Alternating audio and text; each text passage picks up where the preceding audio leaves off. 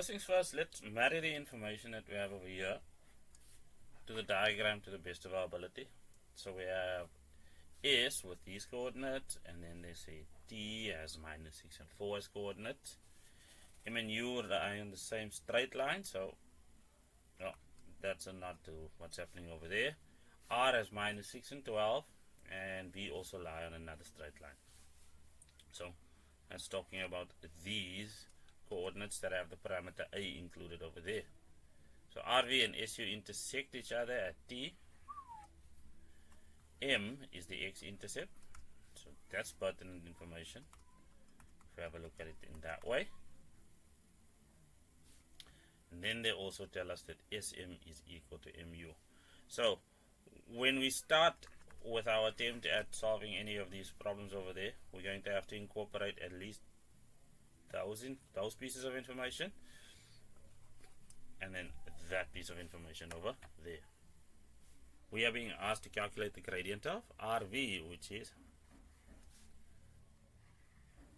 that gradient right over there. So we can't use V, so we'll end up using T.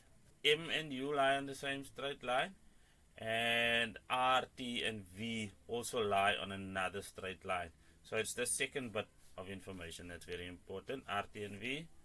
So the gradient of RT is equal to the gradient of RV, because they happen to be co-linear points.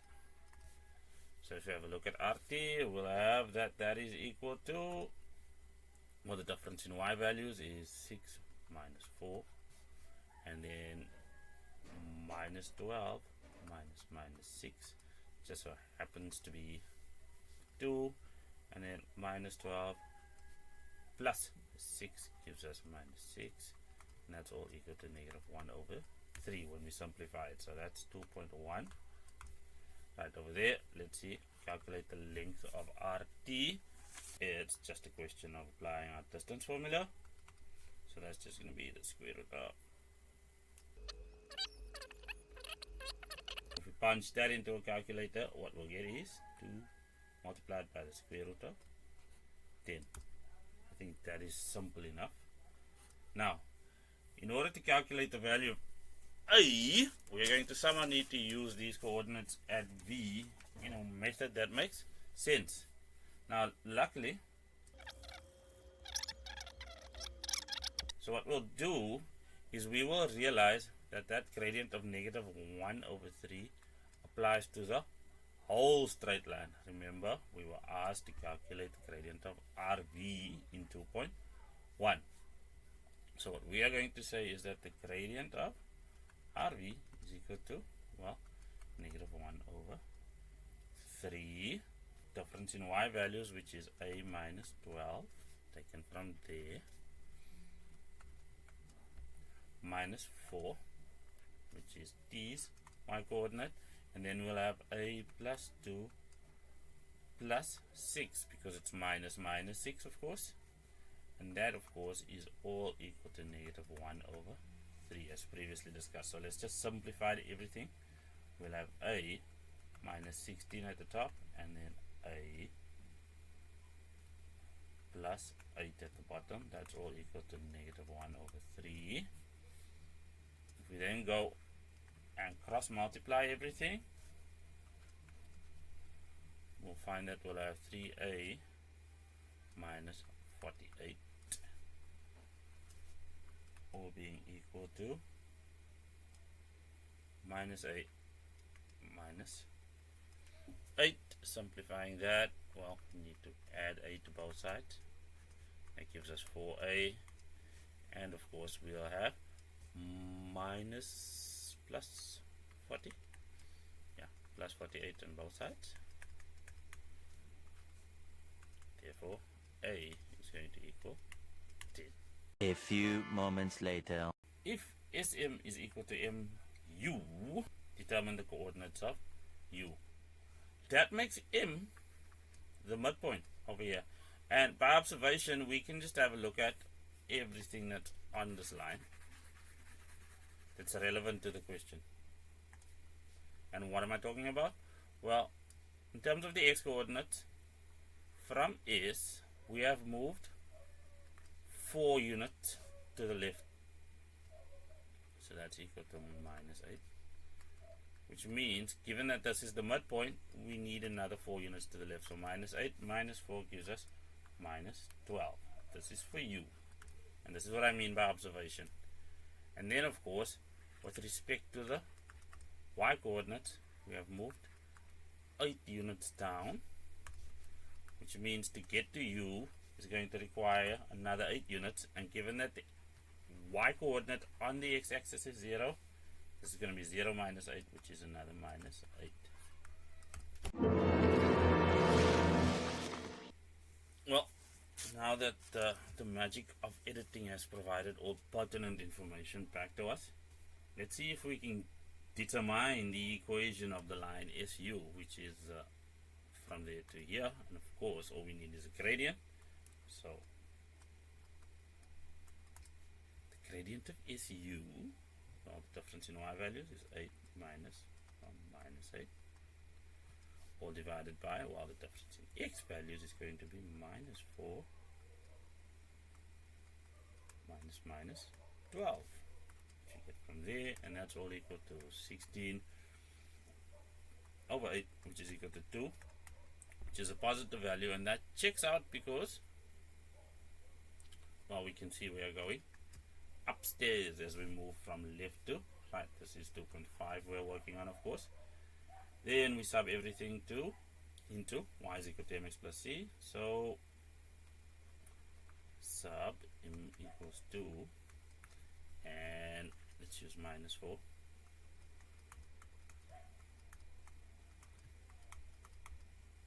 into y is equal to mx plus c.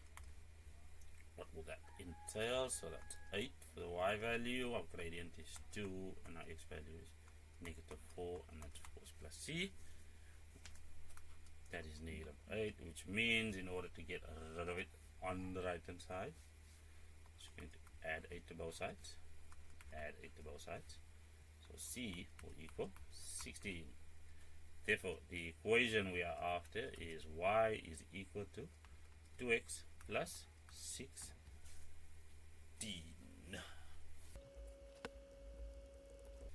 Determine the size of angle UTV. UTV. So they want that angle right over there. Now we cannot obviously get that angle directly, but what we can do is just use a little bit of analytical logic and realize that the angle required is part of a triangle setup that looks like that. So such that, well, if I have that angle and that angle, I can use a very simple grade 9 piece of Euclidean logic, which is the external angle of a triangle is equal to the sum of the two opposite internal angles. So these two are opposite, and they are obviously internal. So how does that help? Well, as we can see, I've used a bit of purple over here, and those two are angles of inclination. So we have the inclination or gradient of SU over there. So the gradient of SU is equal to 2. We also have the inclination of RV. Remember, it's that negative 1/3. So all we'll do is calculate those two angles, and then we'll use that little bit of, as I previously stated, Euclidean logic. So the gradient of SU is equal to 2. Therefore, if we call this angle theta and we call this angle over here alpha, we can move forward. So we'll say that theta is then equal to the inverse of tan applied to the gradient 2, which is just going to equal 63,43 degrees. Now if we do the same thing with alpha, we can say that the gradient of RV is equal to negative 1 over 3. Therefore, the alpha angle we have is equal to, well, the inverse of tan applied to negative 1 over 3. And then we'll just add 180 degrees. That way, that's when we use the negative gradient as is and we don't use a reference angle. What we'll get is a negative angle out of this, which is going to give us this angle over here. Therefore, we just add 180. Technically, I should have gone to the right, or anti-clockwise. I should have gone over to the left. So, inverse tan applied to negative 1/3 gives us this angle, of course. And then all we'll do is go anti-clockwise, which is the adding of 180 degrees. So this all gives us 161,57 degrees. Therefore, angle TUV is equal to, as we stated, alpha minus theta. Why? Because it's the external angle of a triangle. So 161 minus 63.43 will give us 98,140 degrees, which is that angle right over there. Clean up time, clean up time.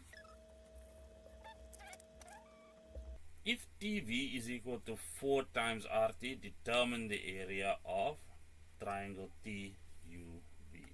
That is TV right over there, and that is RT. So if I have RT, all I have to do is multiply this length by 4, and of course I have RT. RT is 2 times the square root of 10 if we go back in our calculations. Therefore, TV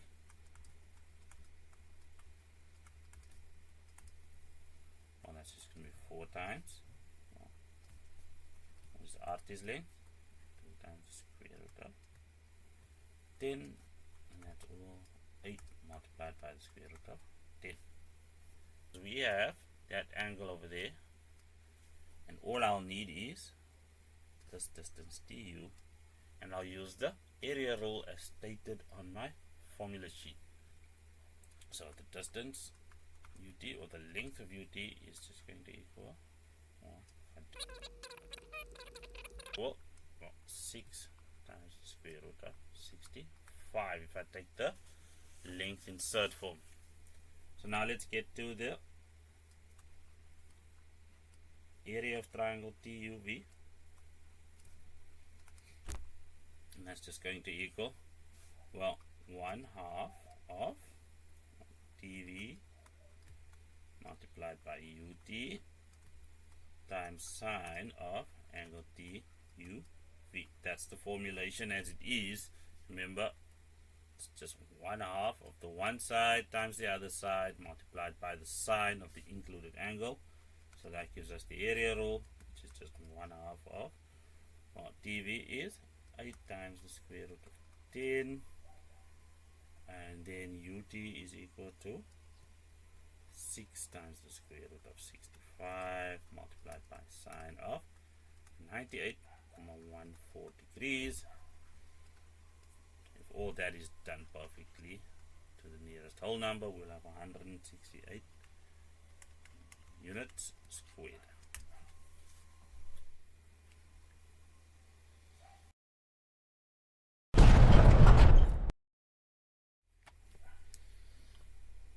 Let's see what information we can add over here. We have a diagram with T as the center of the circle. So if that's true, then this is immediately true. We'll have BT and TC as radii, and they have to be equal to each other. BAB is the tangent of the circle at point B. So what we'll have over here, tan perpendicular to radius. So S is the point on AB. Over there, the equation of line SD is given over here, so that'll be interesting. And then we also get an inclination for the line AC. Let's go ahead and marry all that information over here. So I'm going to start with this angle of inclination. So there we have a line parallel to the x-axis such that it'll be easy to fill that information on over there. So that is equal to 172,875 degrees, which is oddly specific, but we'll leave that be. Line SD has an equation that's been given to us. X plus 8y being equal to 7. We're taught that this is a tangent, which means we have that. Of course, we have a bunch of radii because that's the diameter. Given all that, we now have a perfect setup. So first things first, determine the coordinates of t. So t, being the center of the circle, is going to be dependent upon that defining equation for the circle. All we need to do then there is some square completion. So we'll have x squared plus 12x. So that's me rearranging these two. And it's not plus, it's minus. Then we'll have the y's together. So that will be plus y squared minus 2y. And then of course we'll immediately transpose this 8, which means we'll have 8 on the other side. Square completion then depends only on this middle term, because what we'll do is we'll take it, and that's minus 12 divided by 2, and then square it. Of course this gets added, which means what we do to the left will have to be done to the right. So we'll have minus 12 over 2 all squared. Then the exact same applies to the y values, because we're going to complete the square as well, and that'll be minus 2 over 2 all squared. Same principle, what we do to the left we do to the right, so we'll have minus 2 over 2 all squared. Let's see where that takes us. Well, that value is minus 6, which means we have x from there and then minus 6, as we just stated, all squared. Remember, this idea was to complete the square. Let's repeat the process over here. Well, then we'll add. Of course, it's a y. And then minus 2 over 2 is just minus 1. Of course, that's all squared. All of this we can just add up. That'll be 8 plus 6 squared, which is 36, plus 1 squared, which is 1. And what we'll find is that is equal to 45. From then, we can read this a and b value as the center of our circle. Therefore, t has coordinates 6 and 1.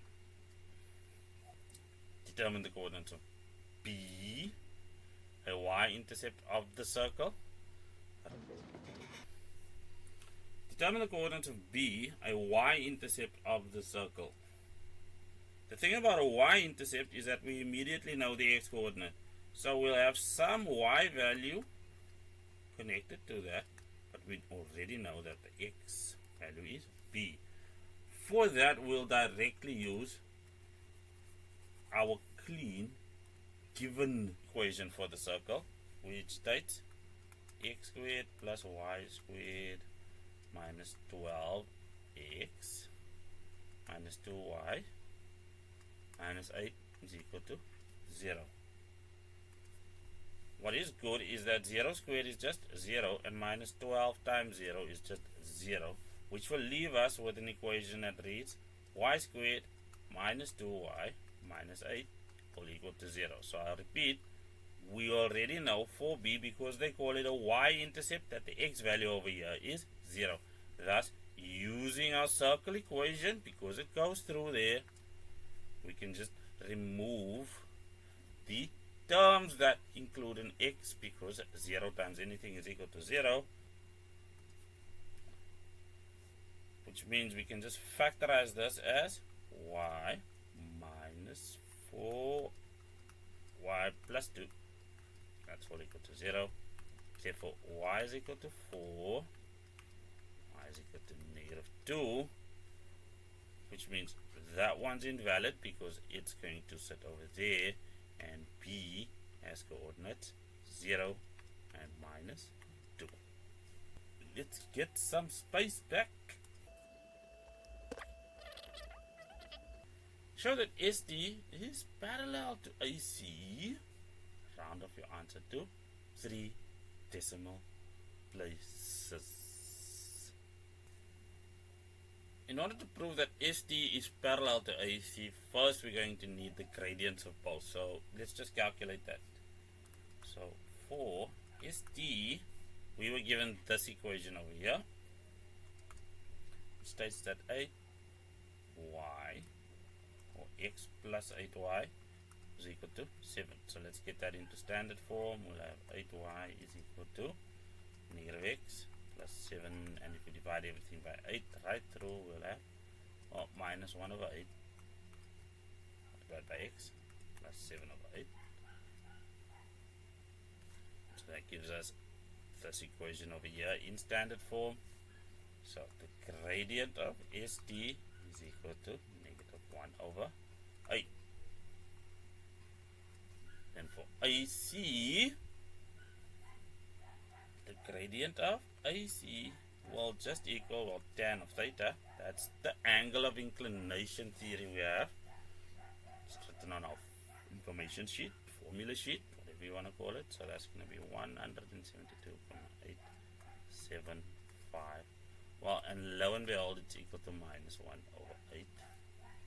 Therefore, the gradient of SD is equal to the gradient of AC, which means that SD is parallel to AC.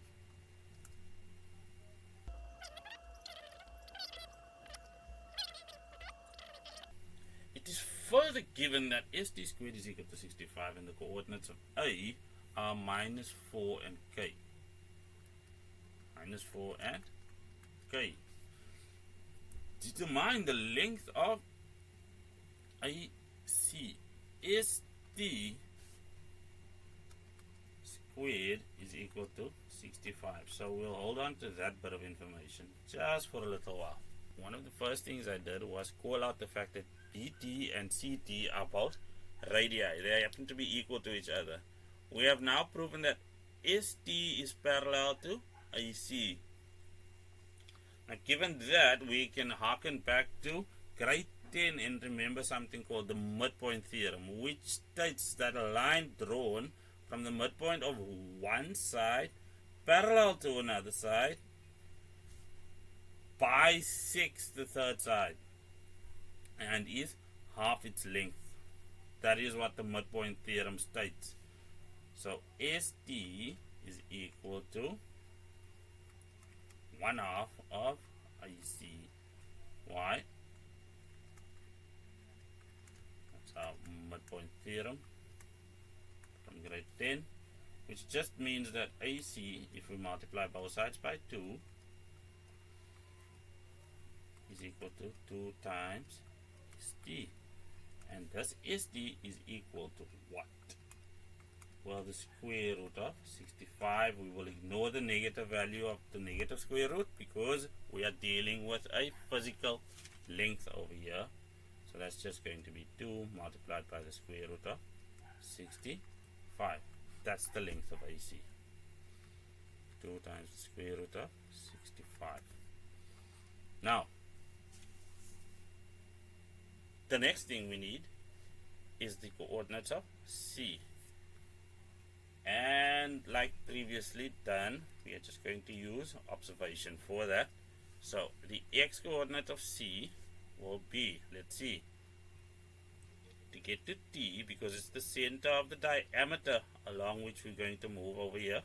That is why the midpoint theorem counts. From 0 to 6, that's 6 units to the right. So we need to move another 6 units to the right. So 6 plus 6 gives us 12. And then from minus 2 up to 1. Well, 1 minus minus 2, that gives us plus 3.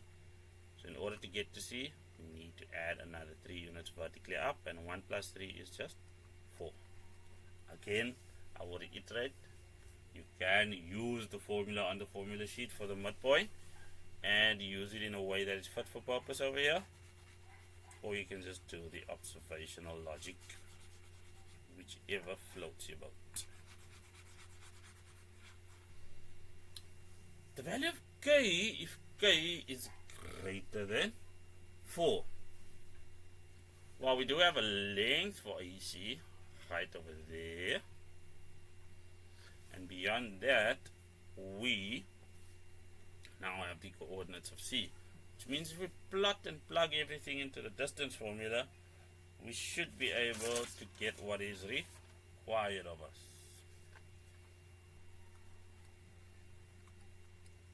So the distance of AC is equal to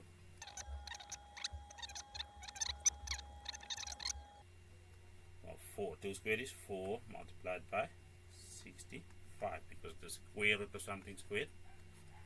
That is just going to be minus 16 all squared, which equals, according to our calculator, 256 plus k minus 4 all squared, of course. If we simplify this mess first, we'll have k squared minus 8k plus 16.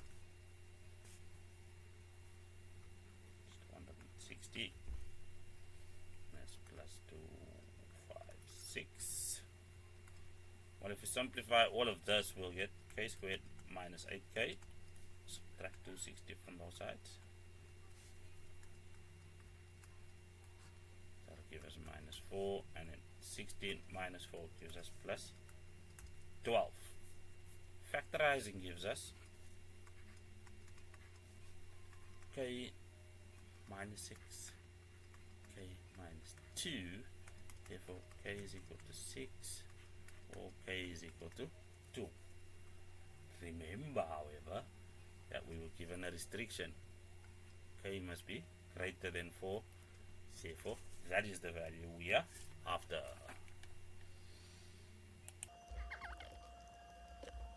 So now that we have some clean space back, let's just add that in there. The equation of the circle passing through the point A, B, and C in the form x minus a all squared plus y minus b all squared, and then that is of course meant to equal r squared. So this hypothetical circle needs to pass through A, B, and C. And let us not forget that we were told that AB is a tangent to the circle, which means angle ABC is a right angle triangle because the tangent is perpendicular to the radius at the point of contact of any circle.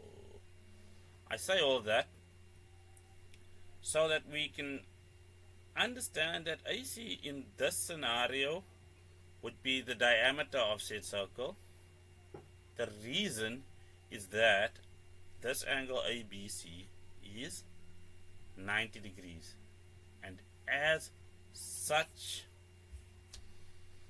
this configuration is an angle in a semicircle. It conforms to that theorem of angles in a semicircle. So if I were to very poorly draw a circle with a dotted line,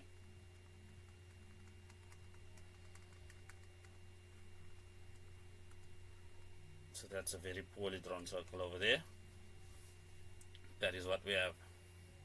So what does that mean? Well, it means it's going to be a question of just finding the midpoint of AC. So the midpoint of AC, what will we have? Well, that's minus 4 and that's 12. If we add that up, we get 8.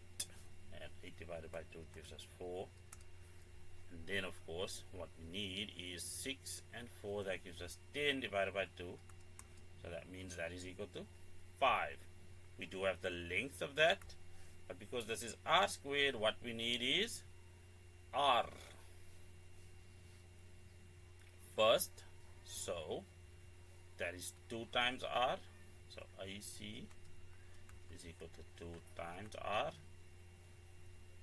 Therefore my radius is equal to, well, square root of 65, and r squared is equal to 65. Thus is then quite simply x minus 4 all squared plus y minus 5 all squared, and that's all equal to 65. So that is direct use of Euclidean logic to solve an analytical geometric problem.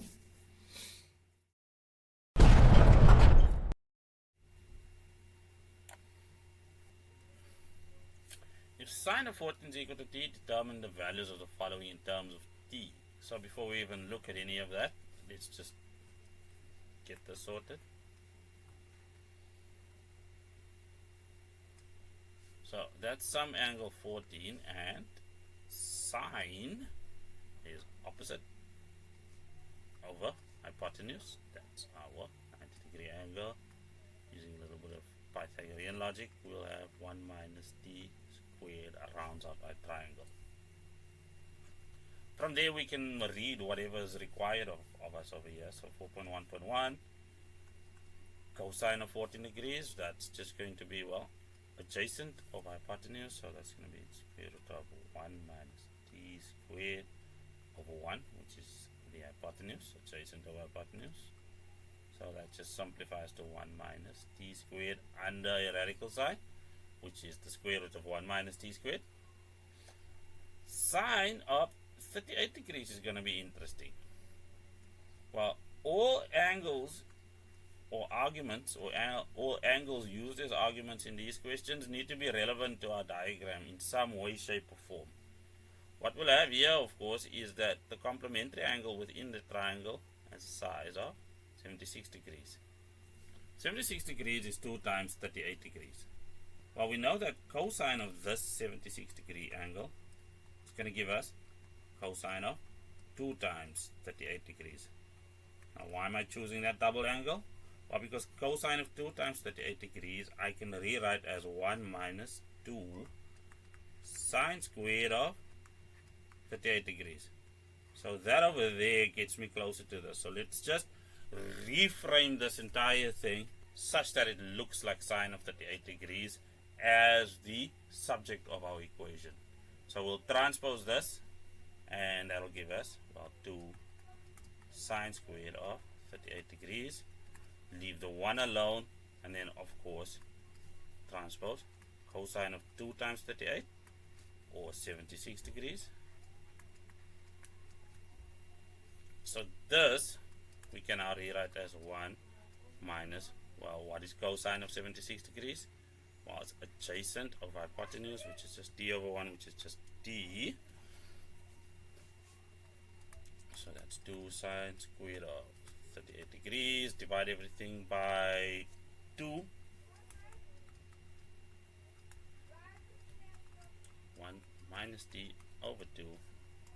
Thusly, sine of 38 degrees, which is the positive version that was being asked over there, which is equal to the square root of 1 minus d over 2. Of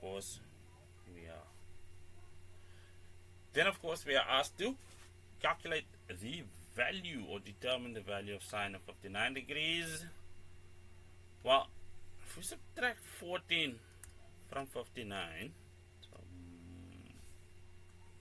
59 minus 14 is equal to 45. Well, that bit's useful, because we can then say that sine of 59 degrees forms the compound angle sine of, well, 45 plus 14 degrees. And we have an information sheet for that, which will transform this into sine of 45 degrees times cosine of 14 degrees plus sine of 14 degrees multiplied by, well, yeah, my C's are problematic, cosine of 45 degrees, liberal use of special angle, so that's 1 over square root 2, or square root 2 over 2. Let me just be explicit about that. That can be written as square root 2 over 2, which is the rationalized form, multiplied by cosine of 14, which is just, well, square root of 1 minus t squared, and then we'll add, well, sine of 14 is equal to t as it was given to us, and then cosine of 45 again is 1 over square root 2. Options, options, options. We can then just take 1 over square root 2 as a common factor, and then we'll have 1 minus t squared, the square root thereof, plus t is the other factor. And I think that is a very neat way to leave that question. Simplify to a single trigonometric ratio of a. Well, over here, the first thing that catches my eye is this half of a. That's only important if I look at this and say to myself, well, there's no room for anything that I've been given over here that's going to give me the ability to simplify this. Unless, of course, I look at that half and then realize that I can rewrite sine of a as sine of 2 times 1 half of a, which gives me somewhere to move towards. So let's just apply our sine double angle formula to that, which means I'm going to have 2 sine of 1 half a, remember that argument over there, cosine of 1 half a. So that part just gives me that little freedom over there, So for the tan ratio that's in here, we have minus 360. Well, that's just a negative rotation, which I can ignore or remove, which means I'll be left with tan of 1 half of a. Now, this is interesting. That is meant to be minus 1. Let's see how far we can simplify this. So that's going to be 2 sine of 1 over 2a multiplied by cosine of 1 over 2a. And then using our fundamental identity, we'll have sine of 1 half a over cosine of 1 half a, or minus 1. Anything divided by itself. So what are we left with? 2 sine squared of 1 half a minus 1. And we can take this because we need to express it as a single trigonometric ratio of a, and we can factorize the negative 1 out, giving us 1 minus 2 sine squared of 1 half a, which of course means this is a cosine double angle, and we can express that as 2 times the argument, and 2 times half is just 1, which means we are left with minus cosine of a. If this was 1 minus 2 sine squared of a, it would have simplified into cosine of 2a, of course. But because we are working with half, 1 is double half, so that is good enough. The logic still applies.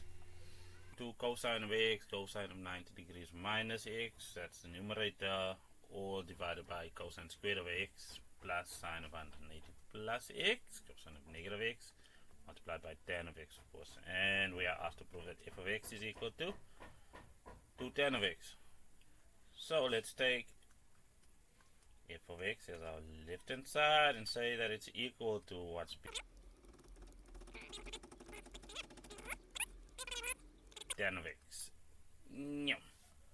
Well, okay, if we were to take this one by one as it's supposed to be, this is a cofunction which reduces to sine of x, because 90 degrees minus x is in the first quadrant and everything's positive over there. This will be negative sine of x. That, of course, negative x is in the fourth quadrant over there. That's a negative rotation, so cosine is positive in the fourth quadrant. And then, of course, that is fundamental. So that's sine x over cosine of x, the fundamental identity. So all of this becomes 2 cosine of x times sine of x. That takes care of that. And that's all, of course, over cosine squared of x. Now if we had to look at what's left over here, anything divided by itself, it's equal to 1. And then of course it's minus sine of x times sine of x is sine squared of x. Now taking a look at our formula sheet, we can clearly see that the numerator becomes sine of 2x, our double angle, and then this is one of the double angle forms of cosine of 2x. Again, we are faced with our fundamental identity. We have an argument of 2x on both sides, so that becomes tan of 2x, which is equal to the right hand side. So that is proven.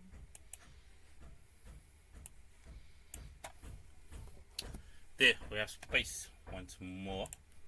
So write down the values of x in the interval of negative 90 degrees and 90 degrees where f is undefined. So for any fraction, a over b is defined as long as b is not equal to 0. So something becomes undefined when the numerator is equal to 0. Therefore we are looking at where cosine of 2x is equal to 0. So we can solve this,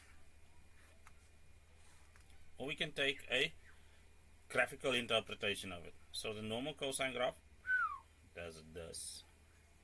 So that's cosine of, for cosine of x, this will end at 360 degrees. That part right there is 90, and this part right here, negative 1, is where we have 180 degrees within the domain. So all of those values get divided by exactly 2. If we were to take that, so that this becomes 90 degrees, and then this becomes negative 90 degrees, and all of those instead of 180 and negative 180. So what does this want? Well, it wants to know where this is undefined, so we are looking at the values where this graph is equal to 0, which would be x being a member of negative 45 degrees and 45 degrees, those two specific values right there. So that's the graphical interpretation of the equation. You can also do a general solution and then pick out these values, of course, from there. To determine the general solution of the above equation, which reads cosine of theta plus 30 degrees or equal to a half sine of theta. So let's have a look at that. The left hand side is a compound angle, which we can find on our information sheet, and it should expand into the. So let's switch colors so we can understand what we'll be doing to these special angle triangles or special angle arguments, which are 30 degrees. That's 1 to square root of 3. So cosine of 30 is square root of 3 over 2. And that's of course multiplied by cosine of theta. And then sine of 30, well, that's 1 over 2 sine of theta minus 1 over 2 sine of theta, which was there all the time, of course. Going back to green, that's just equal to 1. 1 what? 1 sine of theta, because a half and a half is equal to 1, and let's not forget it's negative. So if we were to transpose it again, we'd have the square root of 3 over 2 times cosine of theta being equal to, well, not negative 1 sine of theta, but positive sine of theta. Well, what we'll do is divide both sides by cosine of theta. Here we can see we have the fundamental identity, which is tan of theta, and that's equal to the square root of 3 over 2 for our reference angle. So then understand that theta is equal to the inverse of tan applied to that ratio, which gives us a value of 40,89 degrees. So that's just the reference angle. Therefore, now because this is positive, we know that tan is positive in the first and third quadrant. So if we reference this angle over here, we are covering with the period of tan, we are covering both the first and third quadrants. Therefore, theta is equal to 40,89 degrees plus the period of 180 degrees times k, where k is a member of the integer family. That does cover the other one, which would be 180 plus, of course, if we take a visual to it. Hence, otherwise determine the values for theta if theta falls within negative 270 up to 180 degrees. So what we want are all the relevant values over here. So we'll have 40,89 degrees, and then if we were to add 180 according to this, well, we'd land outside of that, and then also from 40.89, if we subtract that, we get minus 139,11 degrees, and that's where that would stop, because subtracting another 180 means we would fall outside the domain restriction that we were given. So those two are the values being asked for.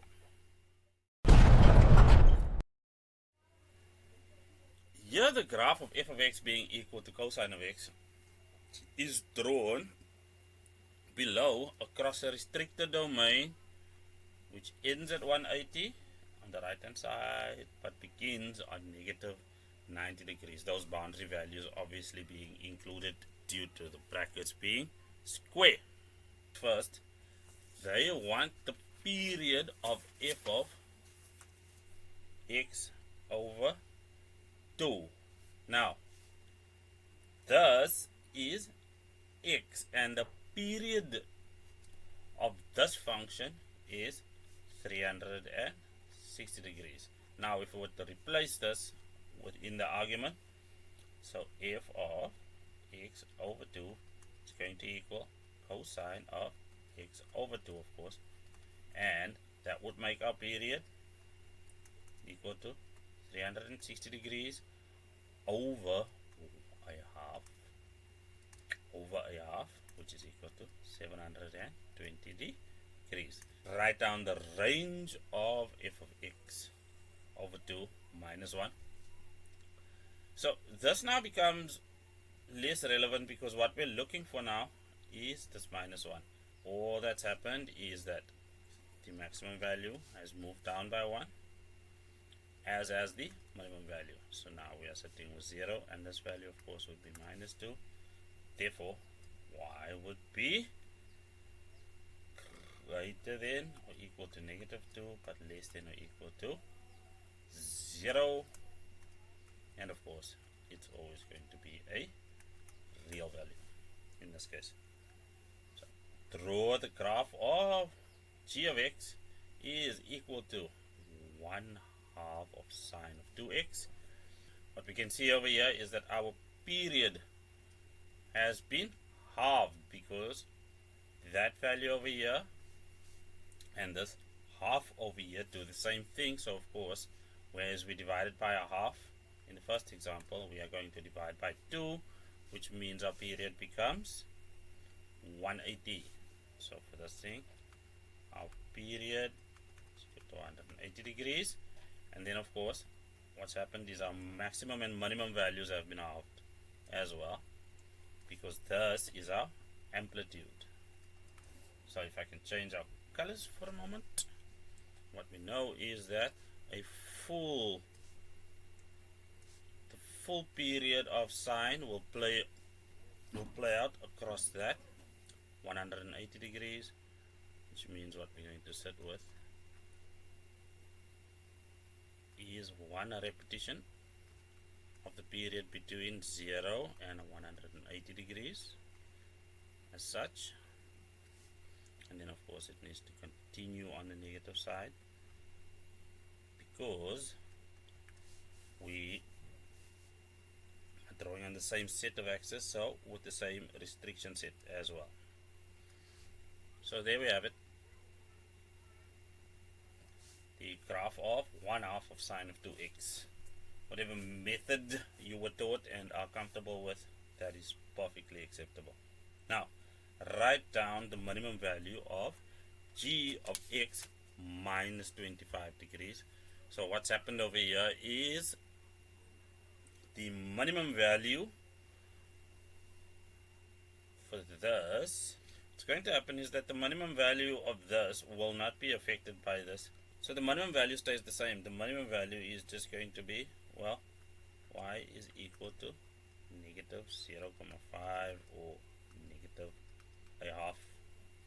Use the graph to determine the values of x when sine x multiplied by cosine of x minus cosine of x is equal to 0. Well, what happens here?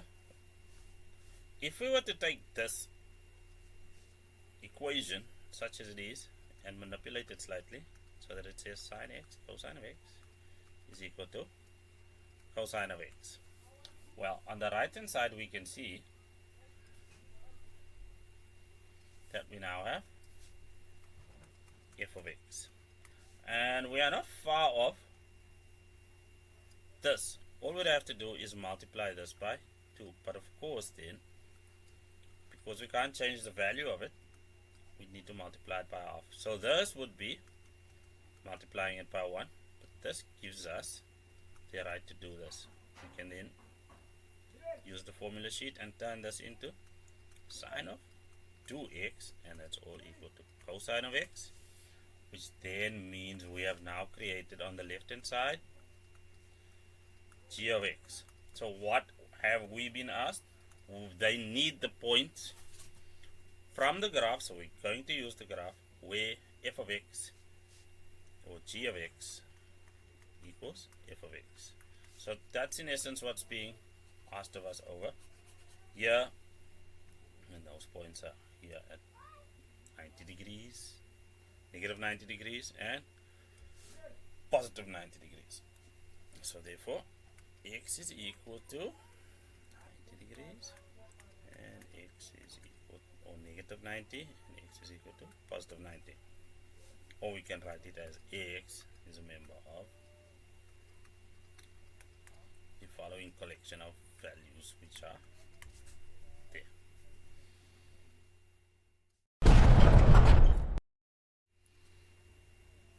Well, this was always going to be inevitable. Let's have a look what this three-dimensional figure wants us to analyze. So Kn is some vertical tower. Ln and M are points on the same horizontal plane. So there we have that. Then we are given an angle of elevation for the tower being theta. So that's from that Ln over there. So think of this as the back wall. There we have that angle of elevation, and then LNM, that's on the floor or on the ground, that's 30, and then LMN over here, that's a rather large angle. LMN, that angle is also on the ground. There we have that, and then MN is equal to 24 meters, which is across there.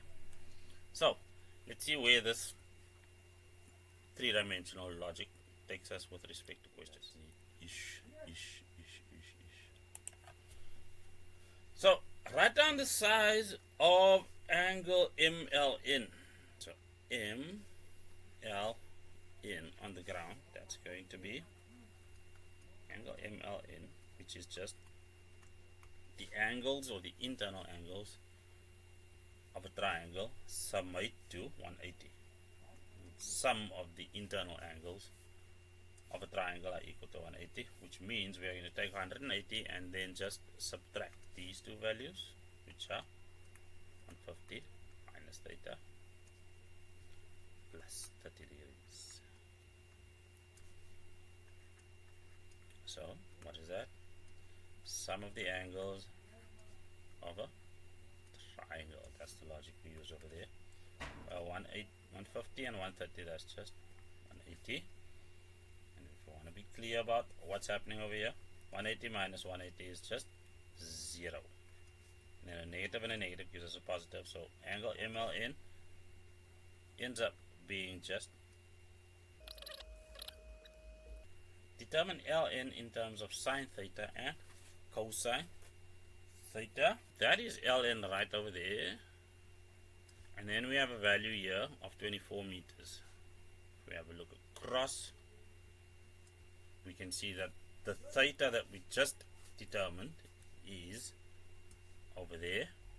And then we have 150 degrees minus theta as the angle across LN, which means we have one known pair, a side and an angle. And then we have one unknown pair, which means it's perfect for the sine rule. And we apply it as such, what we want over what we have. So we want Ln, and that's going to be over sine of 150 degrees. Ooh. Let's try that again. We want Ln, and it's going to be over sine of 150 degrees minus theta. That's all equal to our known pair, which is 24 meters over sine of theta, which means Ln is equal to 24 times. How do we expand that? We just use our formula sheet, and the compound angle formula we'll find expands to sine of 150 degrees cosine of theta, and then of course minus sine of theta cosine of 150 degrees. Our denominator does not change, that's still sine of theta. What we'll have over here, sine of 150 degrees, that's in the second quadrant, which breaks down to sine of 180 minus 30. And if we have a look at our special triangle, sine of 30 is just 1 over 2. And then here cosine, same angle. However, that is going to make this positive because cosine is negative in the second quadrant. It's going to be cosine of 180 degrees minus 30. But cosine of 30 is square root 3 over 2. And we've taken care of the fact that it's negative by multiplying with that. So what we'll find over here is if we take out the half from both of them and multiply it by the 24, we'll get 12, which means we are left with cosine theta plus the square root of 3 times sine of theta, all divided by sine of theta. So that's good enough for 6.2 as it sits. Hence, or otherwise, show that the height of the vertical tower can be written as Kn, all equal to 12 plus 12 times the square root of 3 multiplied by tan of theta. So what we can see over here is we have a theta, and that is Kn divided by Ln is in the tan ratio. So tan of theta is equal to Kn over Ln. If we multiply both sides by Ln, we get Kn to, let's say, tan of theta to begin with. And then this entire expression forms ln, which is just 12 times cosine of theta plus the square root of 3 times sine of theta, all divided by sine of theta.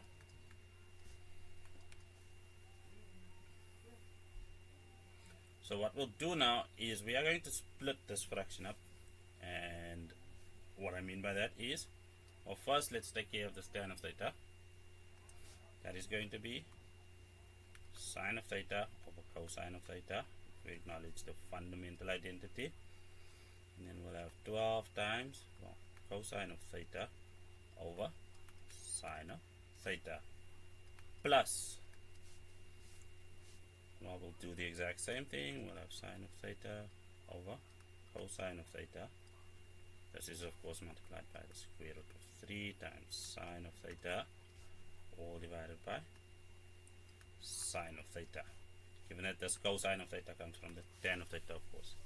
Now we can do basic simplification. Everything divided by itself is equal to 1, of course. So what are we left with?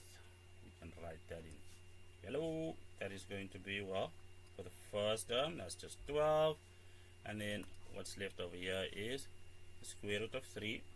And then sine over cosine is a fundamental identity, which is just tan of theta, which is exactly as required. Calculate the side of theta, the angle of elevation from the angle of elevation of K from L, which is this theta right over there. So we'll have 46, the value of Kn, all equal to 12 plus 12 times the square root of 3 multiplied by tan of theta, of course. Simplifying this, we'll have 12 square root 3 times tan of theta, and then 46 minus 12 is obviously equal to 34. Therefore, tan of theta is equal to 34 divided by 12 times the square root of 3, giving us that theta is equal to the inverse of tan applied to that, which gives us an angle of 58,560 degrees.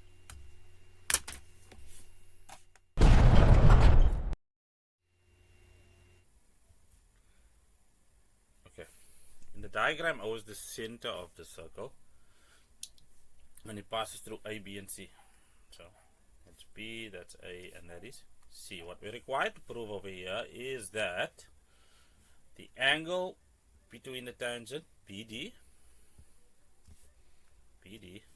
and the chord BC, that one over there, is equal to the angle in the alternate segment. So alternate segment right over there, that is, prove that angle CBD, this angle over here, is equal to angle A, that angle over there. So what we need to do over here is remember that all theorem proofs need a construction. So what we'll do is make a construction by drawing a diameter from B to O, and then we'll call that point N, and then we'll connect chord CN, or draw chord CN. What this enables us to do is create a path from angle A to angle BCD, which looks something like this, loosely spoken. So angle A is going to be equal to angle N right over there, because it's angles in the same segment due to our construction. From there, we know that this angle BCN is equal to 90 degrees because it's an angle in a semicircle, again due to our construction. That makes this angle over here the complement to angle A, or to angle N specifically in this case. What do I mean by that? Well, it's the complement in that this angle CBN plus angle N is equal to 90 degrees. But because the sum of these two angles are going to be equal to 90. Why are they going to equal 90? Well, because a tangent is perpendicular to a radius or diameter. Diameter is just 2 radii. So let's just see how that works. In that, Once that is proven, this angle BCD will be equal to angle N, which makes it equal to angle A. So first things first, what are we required to prove? Well, that angle CBD is equal to angle A. What is our construction?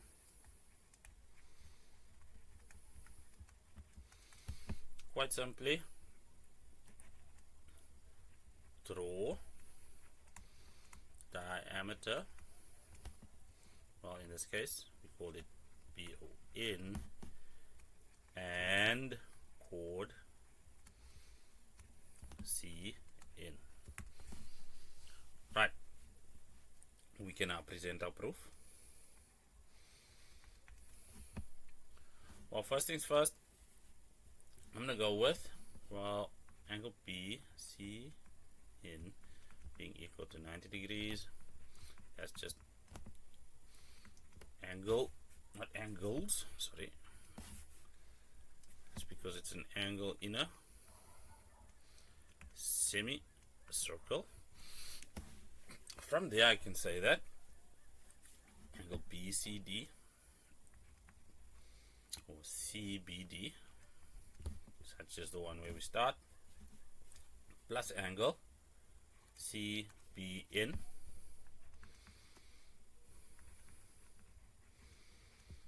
equal to 90 degrees. Why? That's because we have a tan perpendicular to a radius at that point. Now we are going to let go of that and then say that angle CBN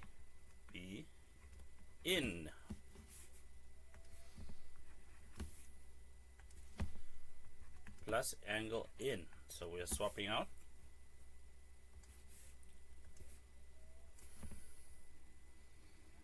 these two angles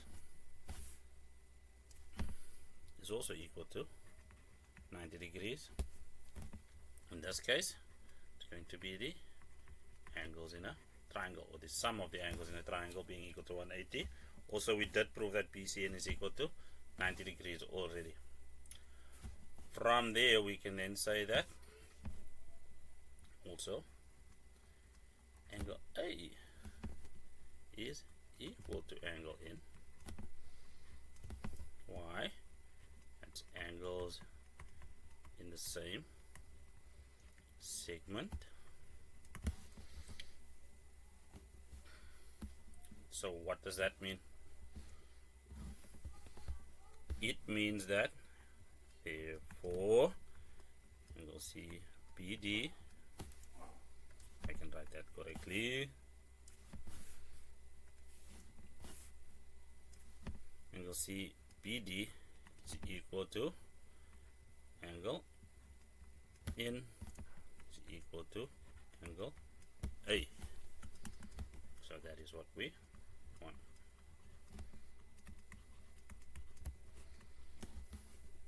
With a step, of course, being unnecessary, because our chain of logic over here is clean. Now that's just one way of going about it. There's of course the textbook methodologies which broadly are similar.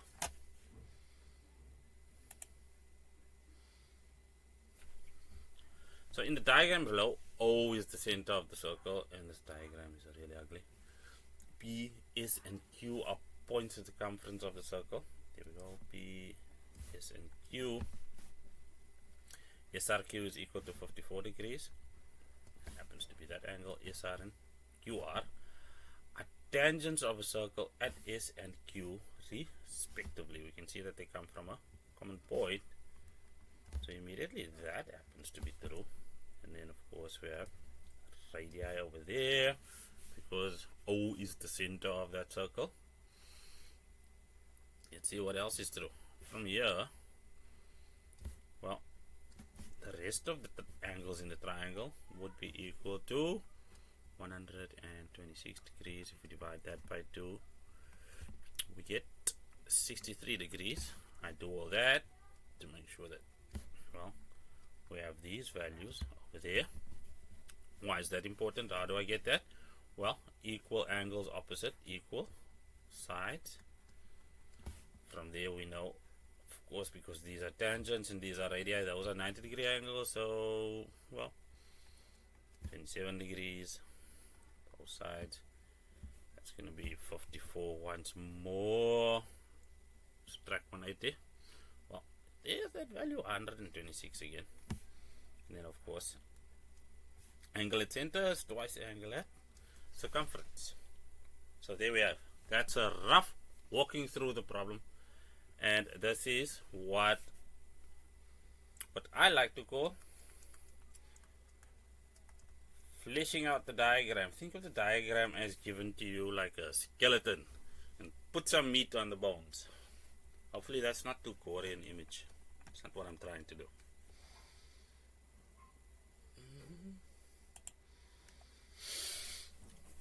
So there's our diagram again. Let's see if we can remember all the things we did. Well, that ended up being 63 degrees in both cases. 27. That is from this 90-degree angle that we have on both sides due to tan radius. That again is 126, 190 minus those two, and of course angle at center. Let's see. Determine the size of angle Q3, which is Q3. Well, it's right over there. So for that, I'm going to say that 7.2.1 SR is equal to QR. So those are tangents from a common point.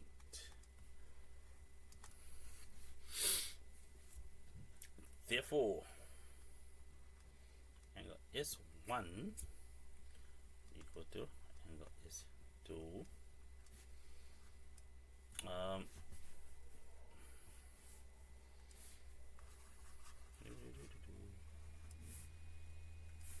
Therefore, angle S1 is equal to angle Q3 equal angles opposite equal sides. Statement reason as always. So S1 plus angle Q3 is equal to 180 degrees minus 54. It's the sum of the angles in a triangle. So this is 2 times angle Q3. Why can I do that? Let me write the reason down first. Well, angle S1 is equal to angle Q3. So that's why I took the pains to make sure that that statement was made already. This is then equal to 126 degrees because we mapped that out. Previously, dividing both sides by 2, we'll get that angle Q3 is equal to 63 degrees. So that's 63 degrees. Nicely done. Let's get rid of all of that.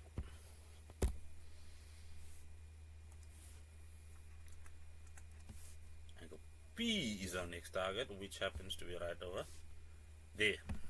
So for that, we are going to say, well, angle OQR is equal to 90 because the tangent is perpendicular to the radius at the point of contact, which means angle Q2 is equal to 27 degrees. That means angle O1 is equal to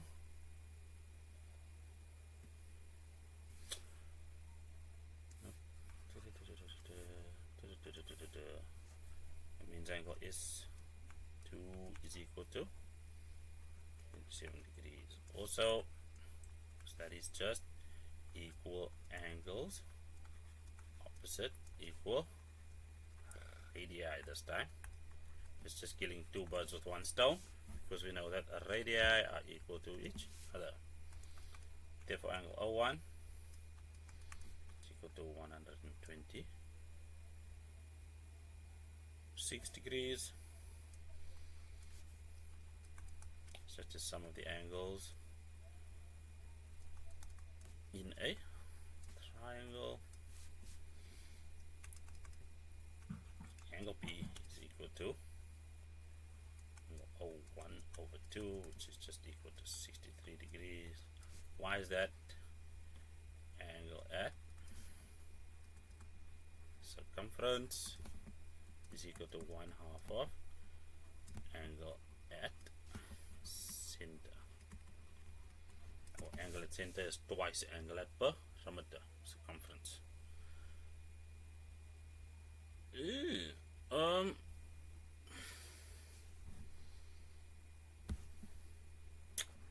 And then 7.2.3. I'm going to chastise myself in a moment.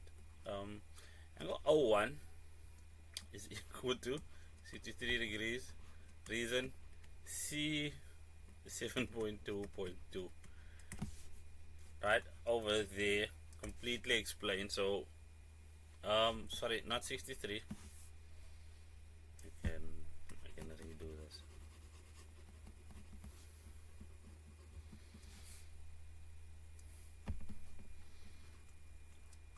Angle O1 is equal to 126 degrees.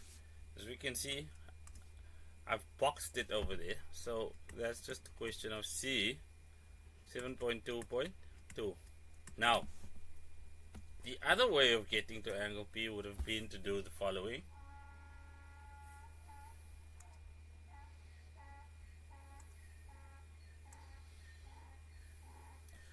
The other way to get to angle P would have been to just quite simply say, well, tan chord. So, there we go. Tan chord. I, of course, went on a bit of a tangent, one might say, to do this. So, this is the only benefit. I would recommend doing the tan chord version. And then from there, angle at center is twice angle at perimeter, so 63 times 2 gets you to angle O1 of course. Yes, it does.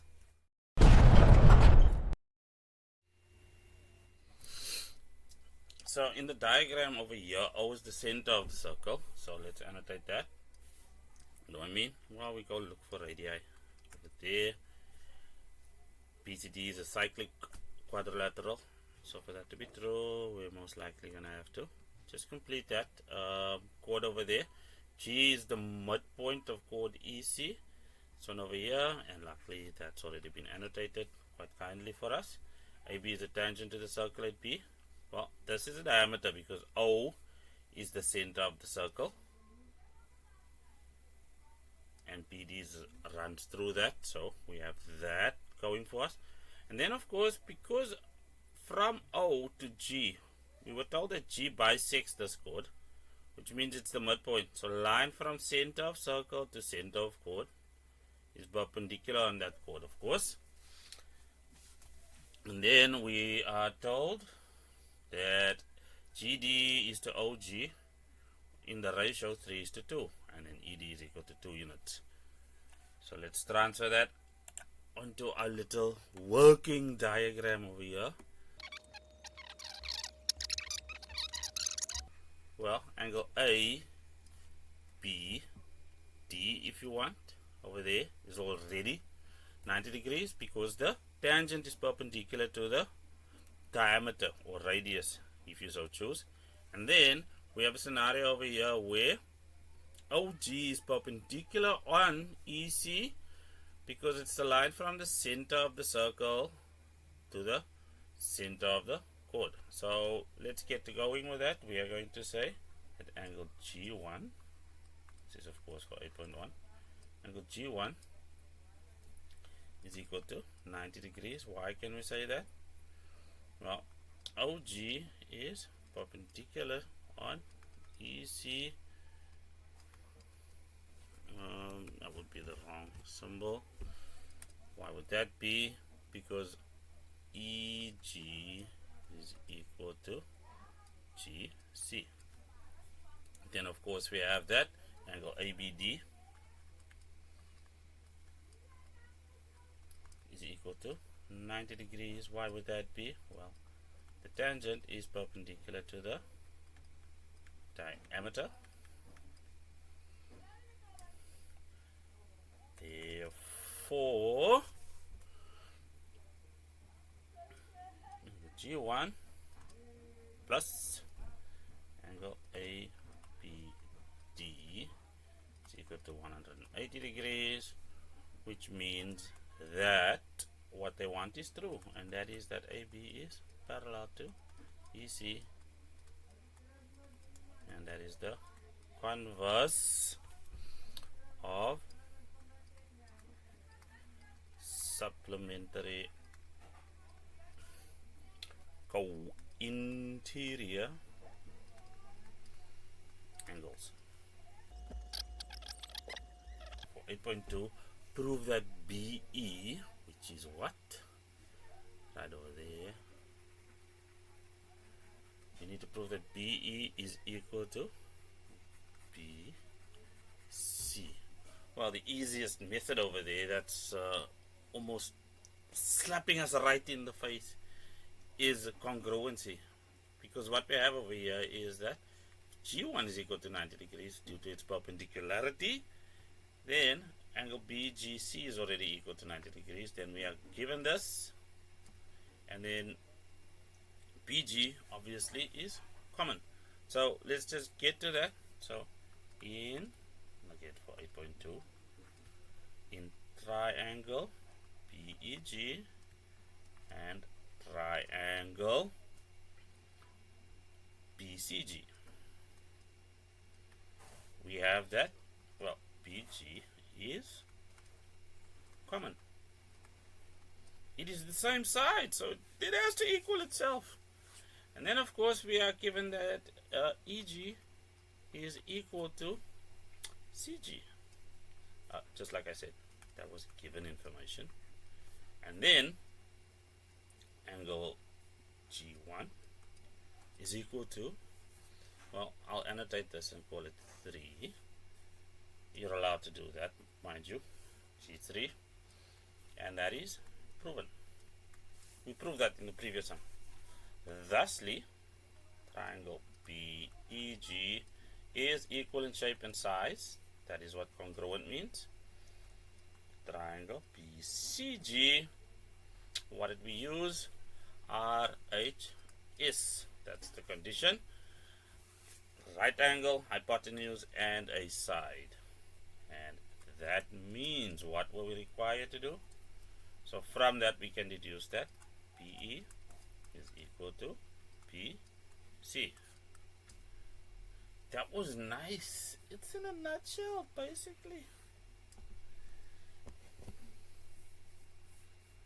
So we move on to 8.3. If it is further given that if O is parallel to EC, well, those arrows can't be there for nothing. So let's just do that. Remember, we did prove this in 8.1. Determine the ratio of EF is to FA. And I think we need to just tidy up things over here. We have a 2K over here, 3K. Now that's a radius. Now this is a radius over here, so we can confidently state that OB is 5K. Well, what can we state over here? Well, from that, okay. So from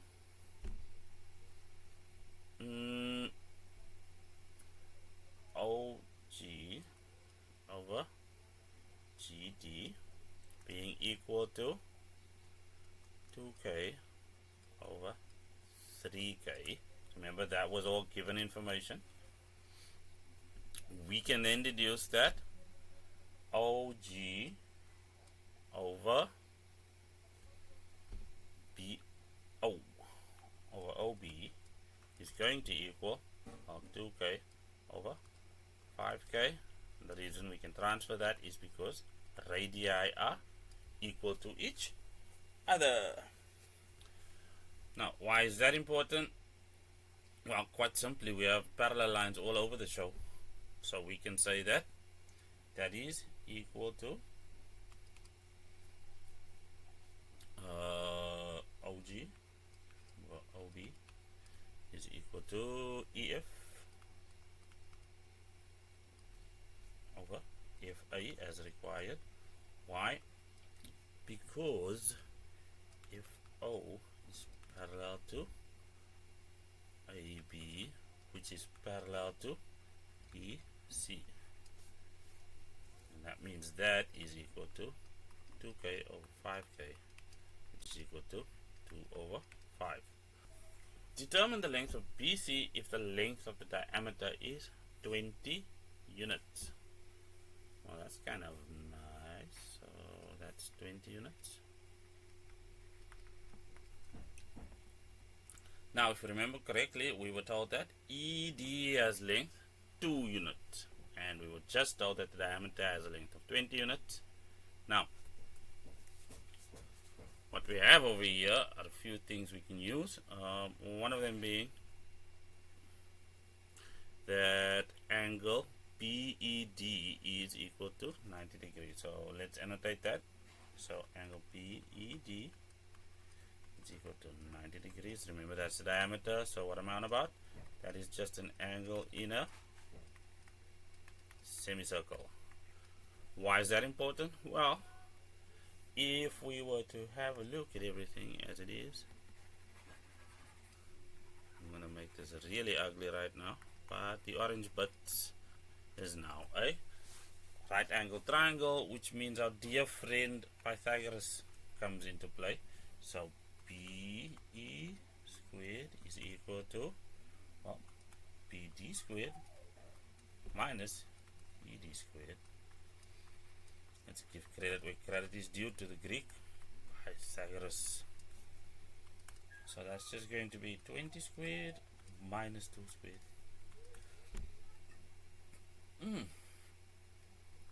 So that's 384. My calculator works. Thusly, BE is equal to the square root of 384. But Mr. K, that's not what they were asked. What we were asked, Mr. K, that's not what we were asked. We were asked for the length of BC.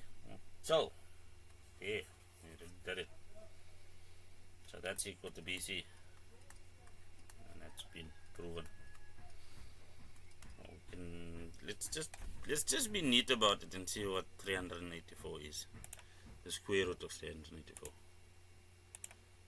Using a calculator, the square root of 384 is equal to, well, 8 times the square root of 6.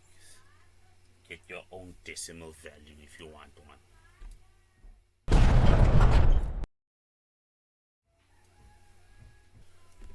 In the diagram below, O is the center of the circle, D, E, and C are points on the circumference. Okay, so that is there. O is the center. Always mark your radii. BC is a tangent at point C, so that's kind of cool. Oh, sounding like a boomer. And DB is also a tangent at point D. That's that one over there. It's gonna make these ones equal to each other. Well, tangents from a common point. Chord CD is extended to point A, and C is also extended to point F. DF is drawn. Angle B2 is equal to X, and DE is parallel to AB. DE bisects CDB. Oh, that looks important. Where's this DE? D and E bisects angle CDB. So that angle and that angle is equal. It's because it's CDB over there. Okay, let's move it right along to the actual problem. Let's see. Prove that. See if Yeah, prove that CDFB is a cyclic quadrilateral. Well, so now that we have our sights set on the correct cyclic quad, let me just bring that back. It disappeared due to editing.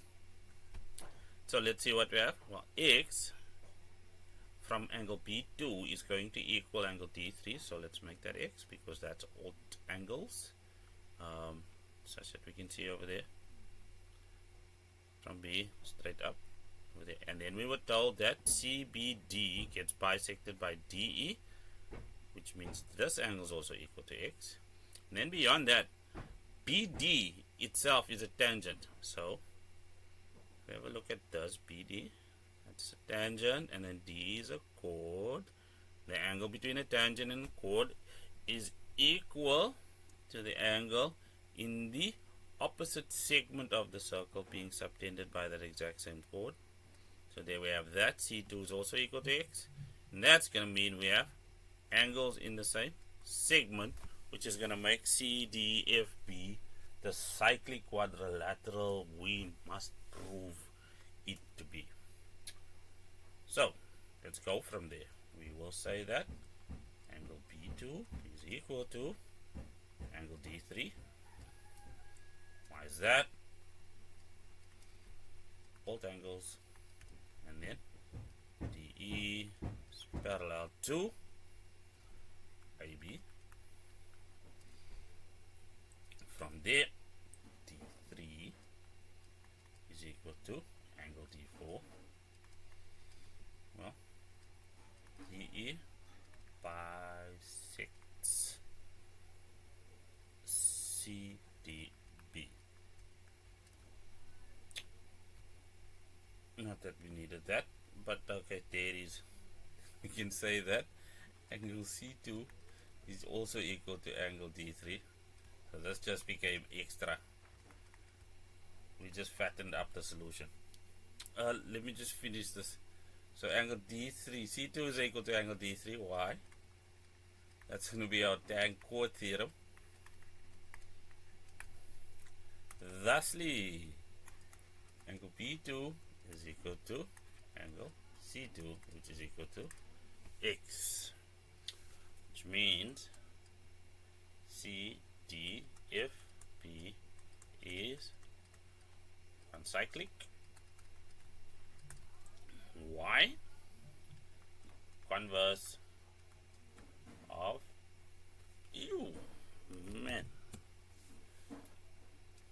converse of angles in the same segment. That is as simple as that is going to get ever, I think.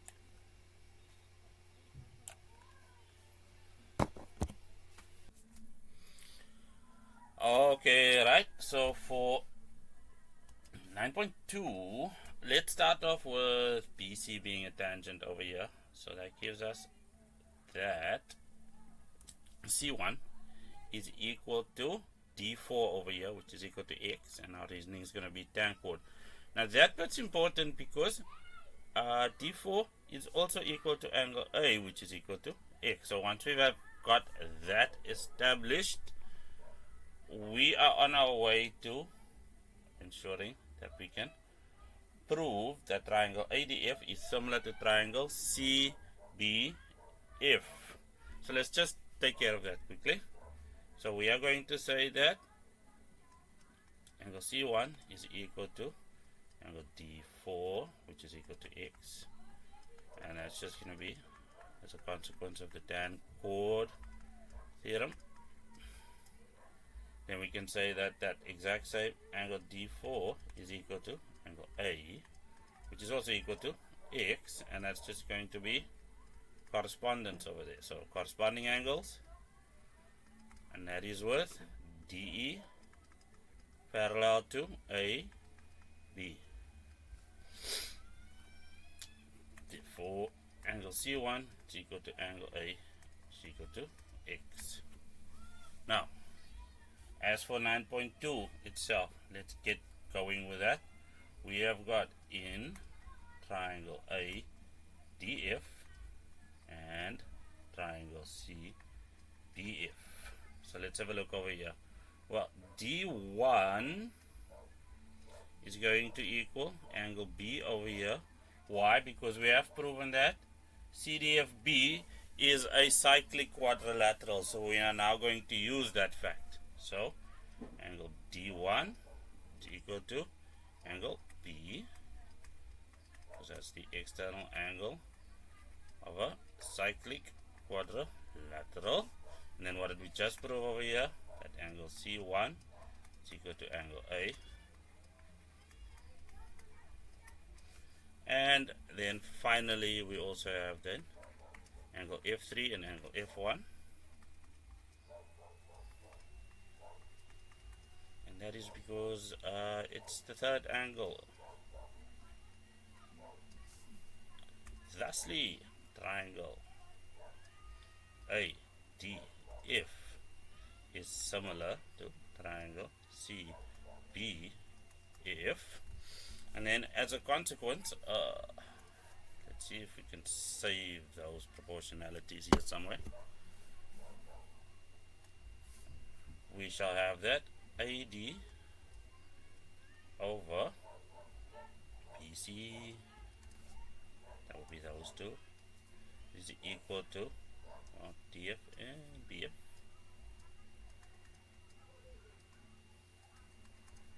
And that would be equal to AF and CF.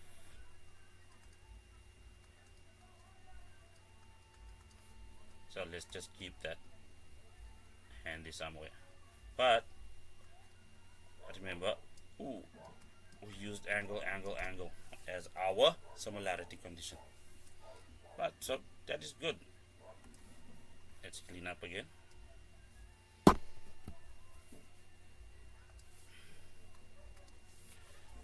So now we're being asked to prove that AD is equal to DF times CB divided by BF.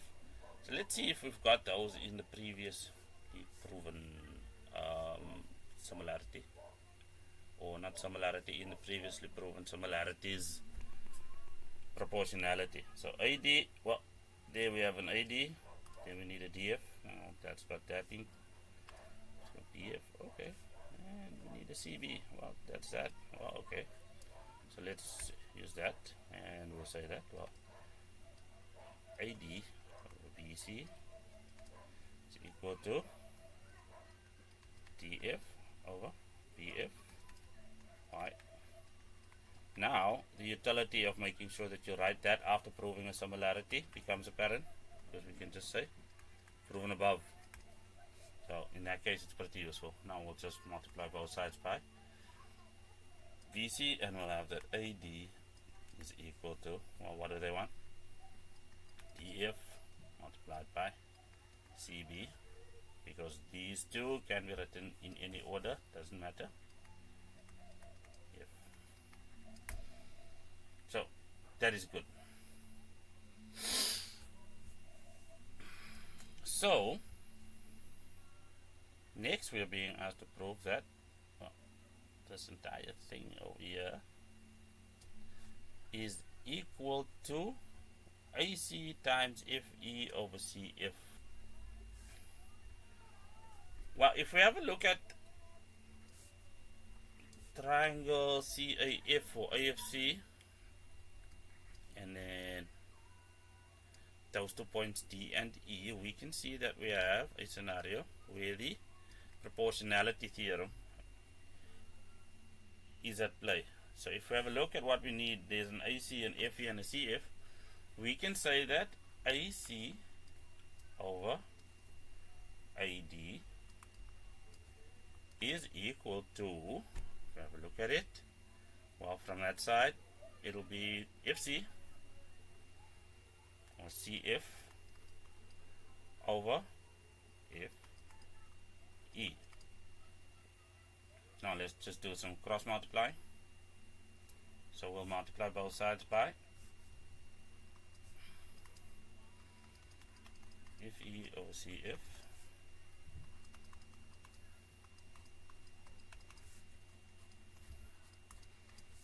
have 1. That'll give us that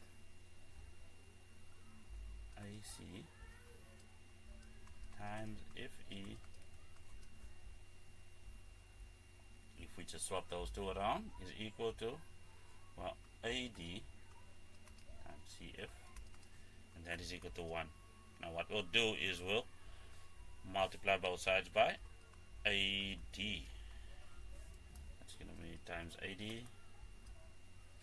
So we'll have that and times AD on the right, of course, as well. That will give us that AC times FE is equal over CF, of course, is equal to, well, AD. But AD is already proven to be equal to that business over there.